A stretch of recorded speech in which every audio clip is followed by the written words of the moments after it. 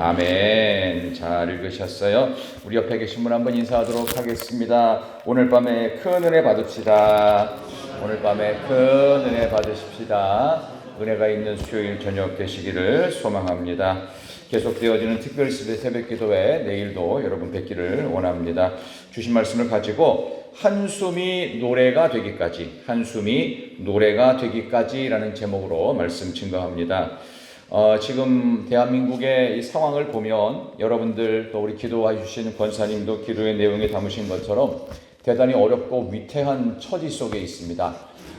차기 정권에 대한 기대감은 사실 보수 쪽으로 올 가능성은 거의 없다라고 지금 판단이 되어질 뿐만 아니라 이 차별금지법에 이 포괄적이라는 단어 하나 집어넣음으로 인해서 그로 인한 악한 법들이 우리나라 근간을 흔들어 댈 만한 우리나라 존재 자체, 가정을 망가뜨릴 만한 모든 요소들을 다 갖고 있습니다. 결국 타켓은 하나였습니다. 우리가 지난번 코로나 시절을 통과할 때도 여러분이 기도하시는 분들은 많이 느끼셨을 건데요.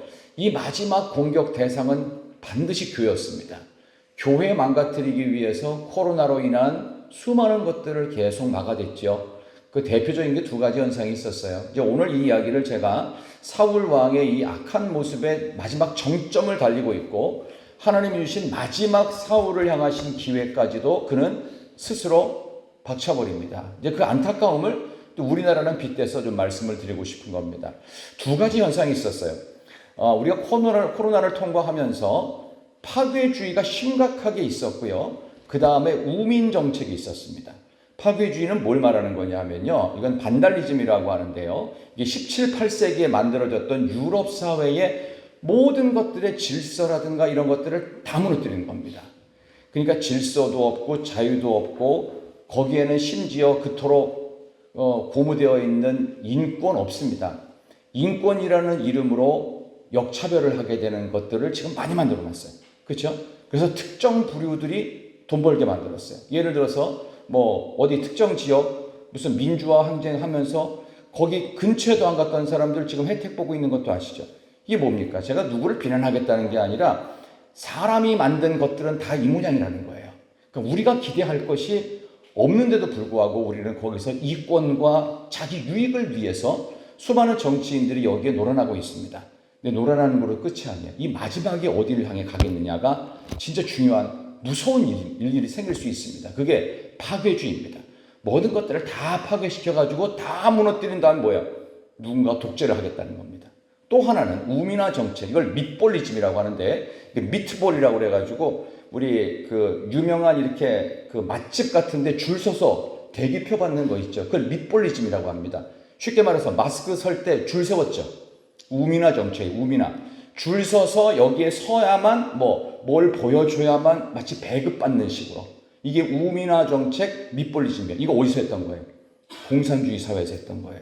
이거를 우리나라에 접목시켰어요. 이미 끝난 정권이지만 중요한 건 이걸로 끝나지 않는다라고 하는 두려움이 있는 겁니다. 그래서 이거를 가볍게 넘길 수 없어요. 오늘 이 사울의 정권이 망할 수밖에 없었던 것과 우리나라의 모습과 너무 좀 유사하게 흘러가고 있다라고 하는 두려움과 무서움을 깔고 우리는 말씀 앞에 똑바로 서야 될 뿐만 아니라 10월 27일 이걸로 끝나는 것이 아니라 이거는 회개와 하나님 앞에서의 우리의 그동안의 잘못된 모습들을 철저하게 반복하고 있었음에 대한 다시 한번 통해 자복하는 마음으로 시작하는 겁니다. 이거로 끝이 아니에요. 제가 오늘 설교를 하기 전에 전제를 까는 것은 그만큼 우리나라 한국교회가 갖고 있었던 맹점들, 끊임없이 특별히 대형교회를 중심으로 예전에 80년대 이때쯤 됐을 때 항상 있었던 게 있었어요. 저기 서울의 영락교회 같은 한경직 목사님 만든 건데 뭐가 있는 줄 아세요? 항상 월요일마다 있던 기도회가 있었습니다. 뭔지 아십니까 혹시? 구국기도회요. 나라와 민족을 위해서. 월요일만 되면요. 목사님들은 쉬어도요. 성도들은 나와서 나라와 민족 살려달라고 기도했어요. 그러면서 이 나라 이 민족 가운데 자유와 민주적인 이 정치 체제가 끝까지 될 수 있도록 그리고 우리의 주적인 저 북한의 그 악한 도발을 막아달라고 끊임없이 월요일마다 구국기도회가 많이 있었습니다.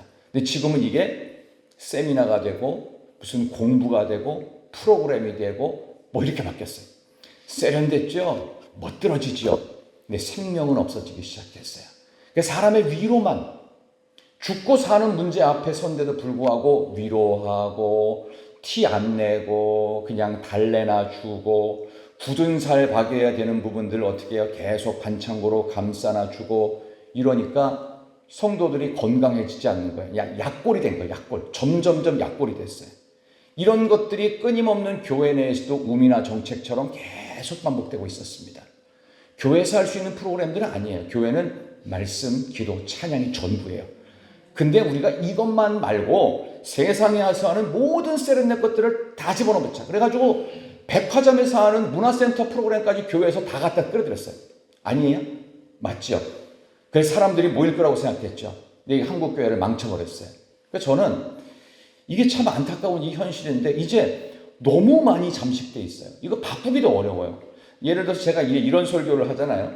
그러면 제가 너무 우스운 꼴을 당했는데 비슷한 흐름으로 자기가 기분 나쁘다 이거예요. 그래서 설교 끝나고 나 저한테 와서 항의를 해요. 왜 설교를 그런 식으로 하냐고. 나 이제 다음 주부터 교회 안 나온다는 거예요. 거짓말 같죠? 있었어요. 여러 차례 반복됐어요. 그거 갖고 당회에서 무슨 토론까지 했을 정도였습니다. 이 한국의 현실이 됐어요. 왜 그럴까요? 본질을 망각한 쓸데없는 잡스러운 것들이 다 들어버렸어요. 이거를 세속주의라고 합니다. 세상으로부터 좋은 것들을 다 끌어들이죠. 교회에서 그런 거 하면 사람들이 좋아한다, 뭐 한다? 아닙니다. 그때 반짝에 일시적인 거예요. 그러다가 본질을 상실하게 됐어요. 본질을 너무 많이 덮어버렸어요. 그런 점에서 오늘 이 사울이 갖고 있었던 첫 마음에 왜 이렇게 나쁜 것들이 많이 꼈을까? 오늘 이 이야기의 시작은 어떻게 되냐면 19장 딱 들어가면서부터 이제 다윗에 대한 체포령을 옛날에는 몰래 뒤로 본인이 죽이려고 하고 본인이 납치해서 어떻게 감금하고 죽이려고 했는데 이제는 공식화시켜버립니다. 뒤에서 보이지 않게 소극적으로 다윗을 죽이려고 했던 것들은 이제는 아예 공식화시키고 자기의 큰아들인 요나단에게 네가 다윗을 잡아와라. 이런 식으로 지금 얘기를 시작하는 겁니다. 근데 여기에 대해서 요나단이 다윗하고 사이가 좋아요, 나빠요? 굉장히 좋습니다. 그러니까 거꾸로 자기 아버지 사울 왕을 막 설득하는 거예요. 우리 한 구절만 한번 살펴볼까요?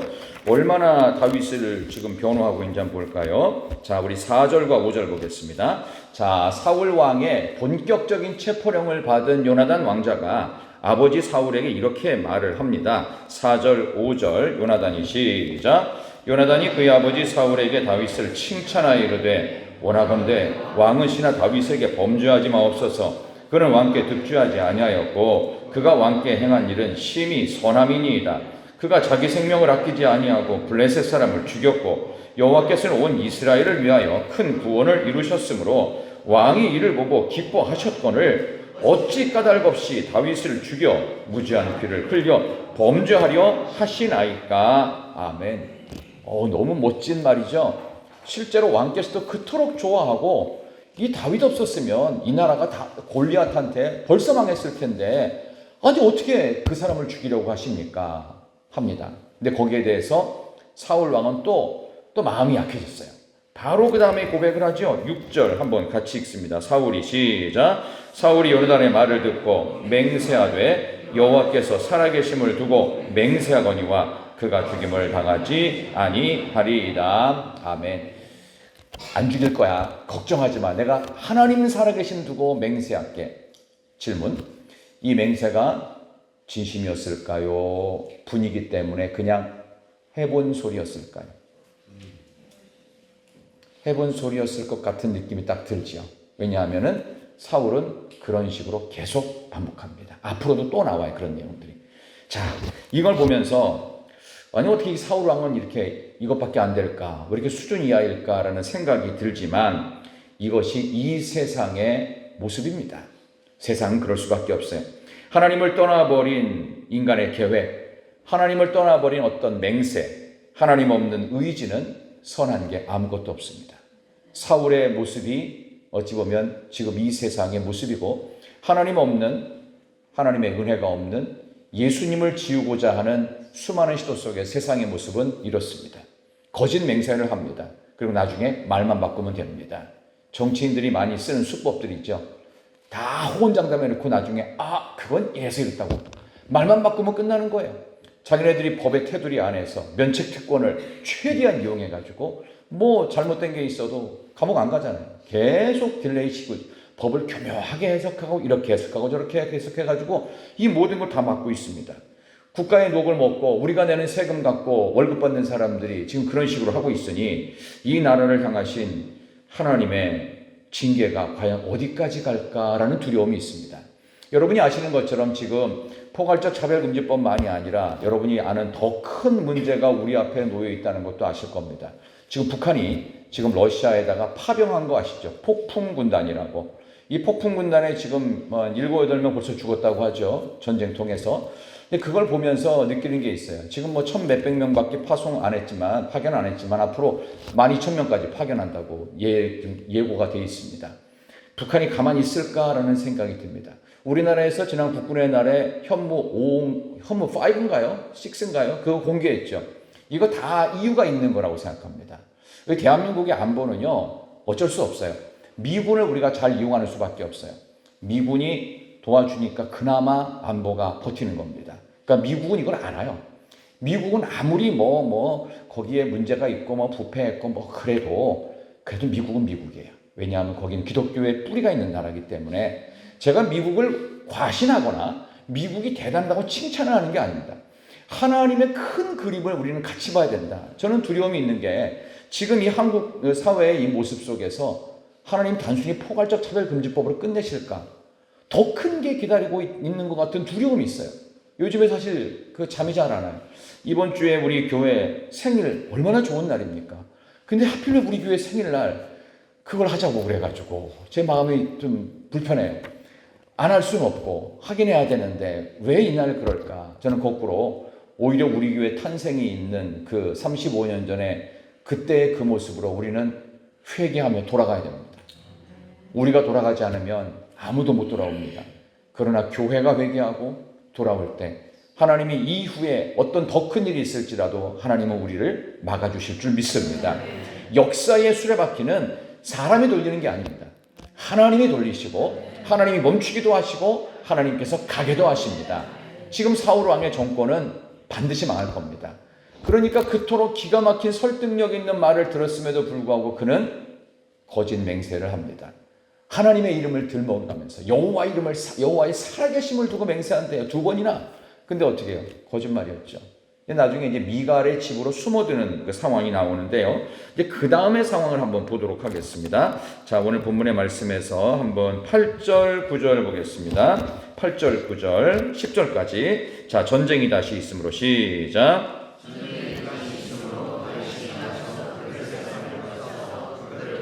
쳐 죽임에 그들이 그 앞에서 도망하니라. 사울이 손에 단창을 가지고 그의 집에 앉았을 때에 여호와께서 부리시는 악령이 사울에게 접하였으므로 다윗이 손으로 수금을 탈 때에 사울이 단창으로 다윗을 벽에 박으려 하였으나 그는 사울의 앞을 피하고 사울의 창은 벽에 박힌지라. 다윗이 그 밤에 도피하매. 아멘. 아멘 해야 되는데 이 사울이 던진 창을 겨우 피하는 이 위태위태한 목숨이 왔다 갔다 하는 이 경각심을 가질 수밖에 없는 이 불안한 상황 속에 도피를 해가지고 간 곳은 미갈의 집이었습니다. 자, 이런 일들 속에서 저는 이런 질문 한번 해보고 싶어요. 여러분이 겪고 있는 고난의 한복판에 누가 있었습니까? 여러분은 평소에 힘든 일이 있을 때 그 한복판에 누군가가 있었어요.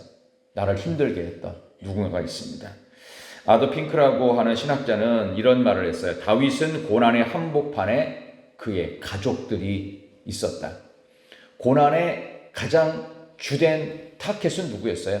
본인을 괴롭게 한 사람은 사울이라고 하는 장인어른이었어요. 어떻게 이럴 수 있을까 싶죠. 가족이 그랬단 말이에요. 가족이. 장인으로 인한 고난부터 그의 아들 압살롬으로 인한 반란으로 그는 가슴앓이를 해야 됐습니다. 부인 미갈은요, 결국 여기에서 부인이 되지 못하죠. 이미 이제 본인은 현상수배범으로, 국가가 정한 현상수배범으로 그때부터 약 10년 이상의 시간을 다윗은 쫓겨다닙니다. 그러니까 미갈이 혼자 둘 수가 없어 미갈을 딴 남자한테 이 아버지 사울이 줘버립니다. 그리고 나중에 이제 읽으시겠지만 그 사무엘상 그 뒤쪽으로 쭉 넘어가다 보면은 이 사울의 딸이었던 미갈이 딴 데 시집을 갔는데 이 딸이 어떻게 됐는지 아세요?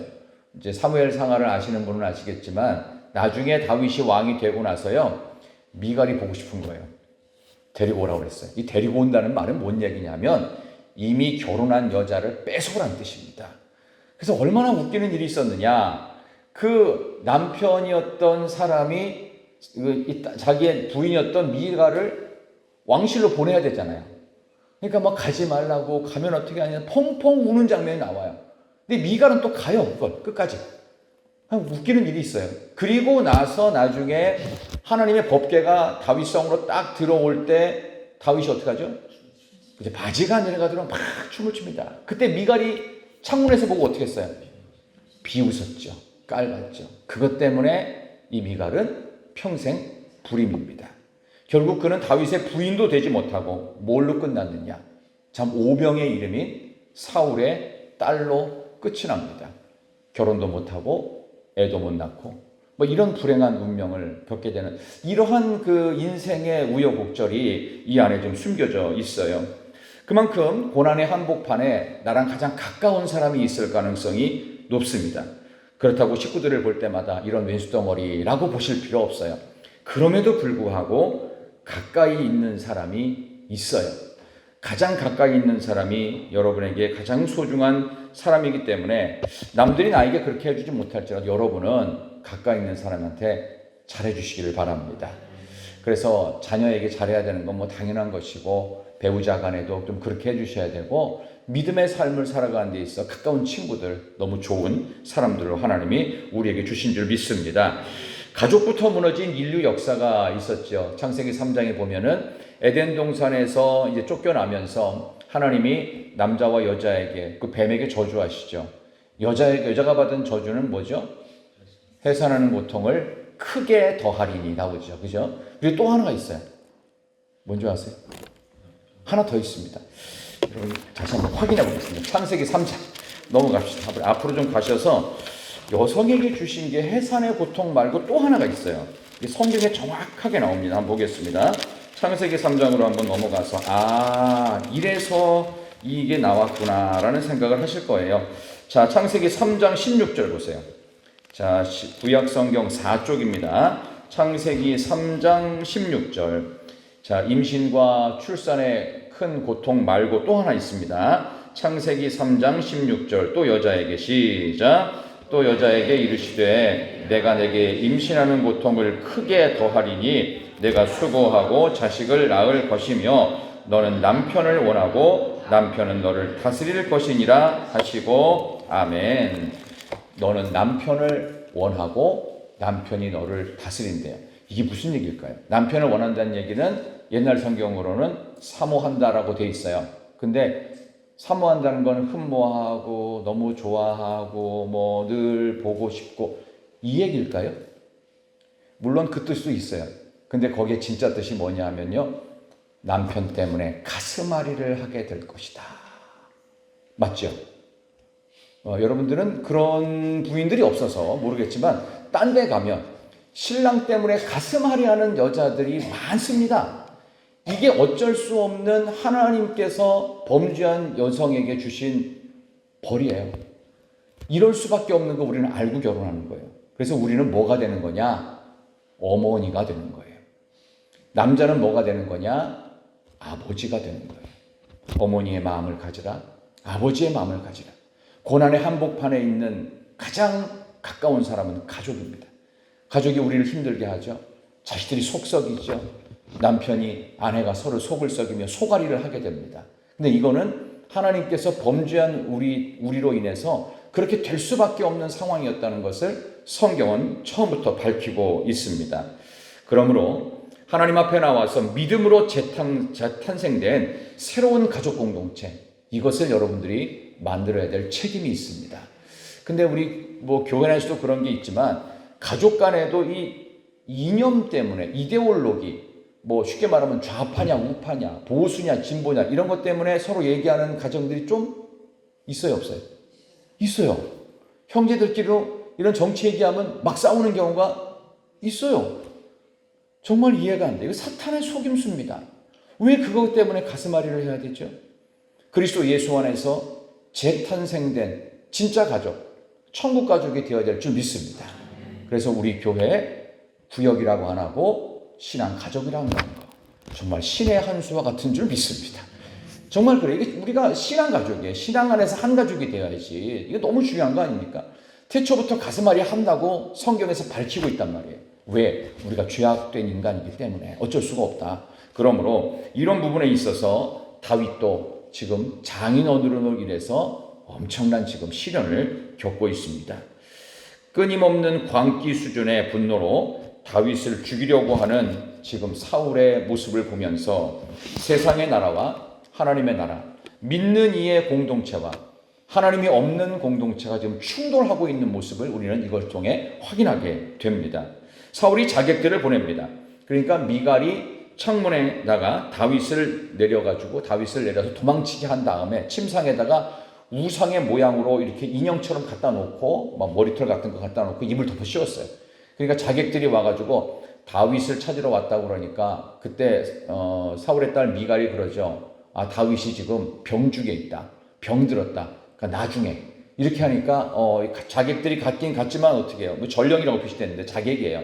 죽이려 갔던 사람들이 최소한 그래도 왕의 딸의 사위니까 좀 봐주자. 아침이 될 때까지. 근데 결국 가서 그 사실을 보고하니까 사울이 뭐래요? 침상 째들고 내가 죽이리라고 합니다. 와, 이 사울이 했던 맹세가 거짓말이었다는 게 딱 들통이 나버립니다. 근데 가보니까 결국은 아무것도 없어요. 인형밖에 없었어요. 그러니까 또 사울과 딸 미갈하고 언쟁이 벌어집니다. 근데 미갈은 조금 더 현실적으로 변명을 하죠. 아니, 다윗이 여기 와서 자기 안 보내주면 나를 죽이겠다고 하니까 내가 어쩔 수 없이 그를 보내줬다고. 나 죽을 뻔했어요, 아빠. 이 얘기예요, 지금. 어쨌든 그래서 다윗은 도망을 치죠. 도망치고 갈 수 있을 만한 곳이 있을까요? 왕명으로 현상 수배범이 딱 붙었는데 그게 왕자 아니라 다른 어떤 거라도 왕의 사위라도 숨을 곳은 사실 없습니다. 왕의 절대적인 권력 앞에 정말 서슬이 시퍼는 권력 앞에 온 국민은 벌벌 떨어야 했습니다. 결국 간 곳은 사무엘이 선지 생도들을 훈련하는 라마 라요시라는 곳으로 도망을 갑니다. 거기에는 내가 그 비밀리에 나에게 왕이 될 거라고 기름 부어 안수했던 사무엘이 있고 이 신앙 공동체는 그래도 혹시 하나님께서 보호해 주시지 않을까 이런 한 끝에 담긴 그 미련을 갖고 소망의 끝자락을 붙잡고 갑니다. 갔는데 얼마 있다가 누군가가 와서 또 밀고를 합니다. 사울 왕이시여 폐하 저 라마나요새 사무엘이 선지자 생도를 가르치는 저곳에 다윗이 숨어 있습니다. 그러면서 이제 돈 받았겠죠, 그죠? 그런 식으로 했는데 거기다가 또 몇 사람의 전령을 또 보냅니다. 똑같은 자객입니다. 근데 첫 번째 전령도 두 번째 전령도 세 번째 전령도 거기 가서 성령 받고 막 예언을 하는 거예요. 막 이런 해프닝이 벌어집니다. 이게 보면 여기서 이런 생각을 해봐요. 도대체 하나님이 왜 다윗에게 이렇게 끊임없이 고통을 주시면서 죽이지만 않으실까? 마치 우리 모습하고 똑같지 않아요? 힘든 건 엄청 힘든데 죽지는 않아요. 너무 고통스러운데 망하진 않아요. 계속해서 이래요. 여기서 질문. 그러면 다윗이 총 4번의 죽을 뻔했던 적이 있었어요. 이 4번을 죽임을 당할 뻔했을 때 다윗이 어떻게 살아났는 줄 아세요?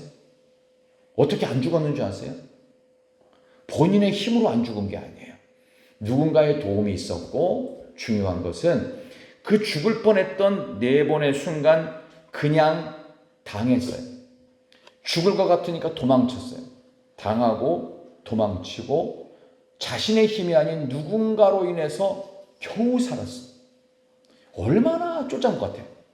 도망이나 치고 숨어나 다니고 다른 사람은 힘이 없으면 나는 살 수도 없는 이런 무가치한 얼마나 스스로를 이렇게 답답하게 느꼈을까요? 이 다윗의 이 모습은 우리가 살아가고 있는 모습하고 많이 유사합니다. 우리도 마찬가지입니다. 피할 수밖에 없어요. 그냥 버틸 수밖에 없고 도망칠 수밖에 없습니다. 그런데 하나님이 안 죽이세요. 하나님이 절대로 망하게 안 하십니다. 다윗의 생과 비슷한 생을 우리는 살아가고 있습니다. 어떻게 그렇다고 뭐 내 목숨을 갖다가 뭐 장렬하게 막 자결을 해서 죽을 겁니까? 어떻게 할 겁니까? 그럴 수 없단 말이에요. 하나님이 주신 사명을 가진 자는 쉽게 죽지 않습니다. 여러분 아무리 아파도요 그냥 금방 안 죽습니다. 아파서 죽는 게 아닙니다. 하나님이 데려가시면 그때 끝나는 것입니다. 모세 그렇지 않아요? 눈빛이 흐리지 않고 기력이 쇠하지 않았던 120살. 근데 하나님이 그만 여기까지.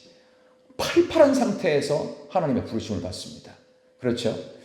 최근에 저희 1년 선배 목사님이 안동에서 목회를 하시는데 좀 몰랐는데 뭐 옛날부터 약간 지병이 좀 있긴 있었어요. 근데 뭐 저보다 나이가 많지 않아요. 지금 뭐 60대 초반 정도밖에 안 되셨는데 몰랐는데 며칠 전에 이제 심장마비로 돌아가셨다는 얘기를 그냥 우연히 누굴 통해 들었어요. 그래서 이게 하나님께서 멀쩡하게 얼마 전까지 통화했거든요. 멀쩡했던 분인데 들어가신다. 이거는 하나님이 부르시는 거지. 내가 너무 힘드니까 죽는 게 아니구나. 내가 너무 괴로우니까 망하는 게 아니구나. 하나님의 이끄심이 있고 하나님께서 그만하라 하시면 멈추게 되는 거구나. 그래서 우리가 살아가는 하루하루가 선물 같은 하루인 줄 믿습니다.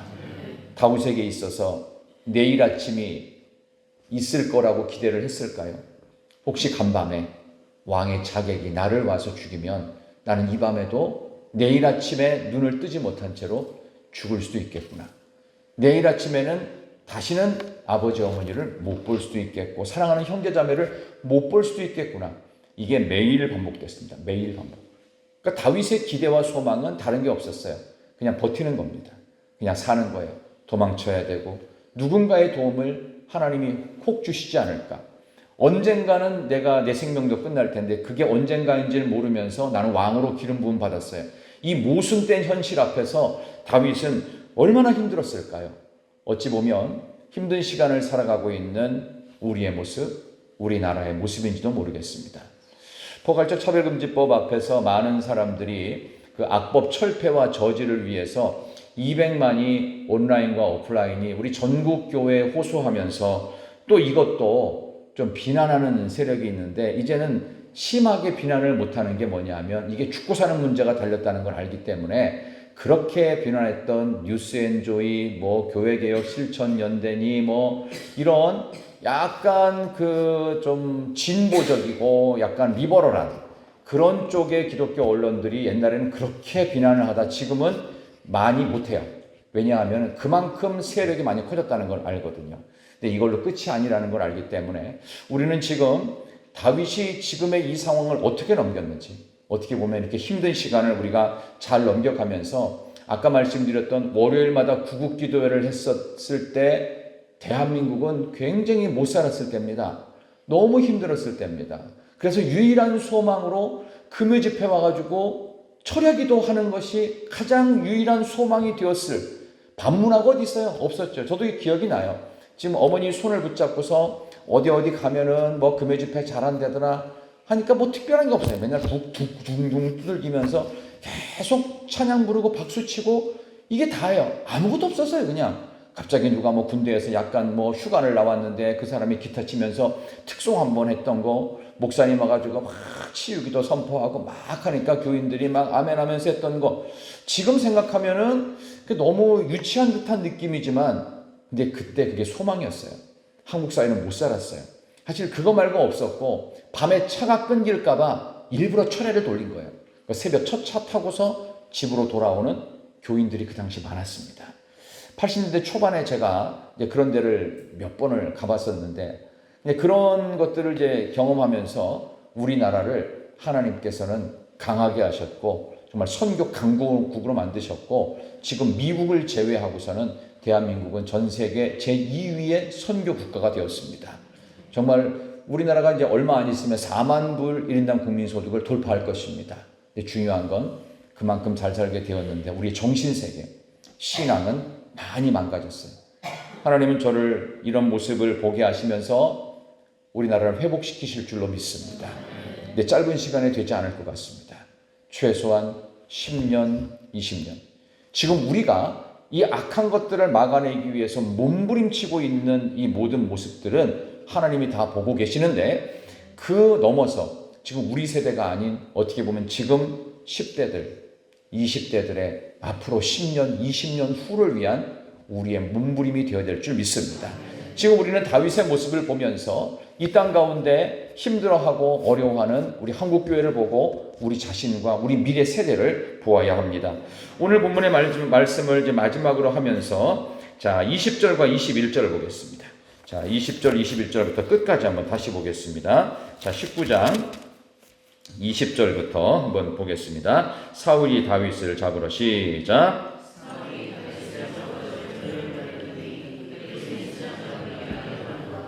사무엘이 그들의 수령으로 선 것을 볼 때에 하나님의 영이 사울의 전령들에게 임하매 그들도 예언을 한지라. 어떤 사람이 그것을 사울에게 알림해 사울이 다른 전령들을 보냈더니 그들도 예언을 했으므로 사울이 세 번째 다시 전령들을 보냈더니 그들도 예언을 한지라. 아멘. 자, 이거 보면 끊임없이 하나님이 없는 왕이 죽음의 자객을 보냅니다. 암살범들을 보냅니다. 저격수들을 보내요.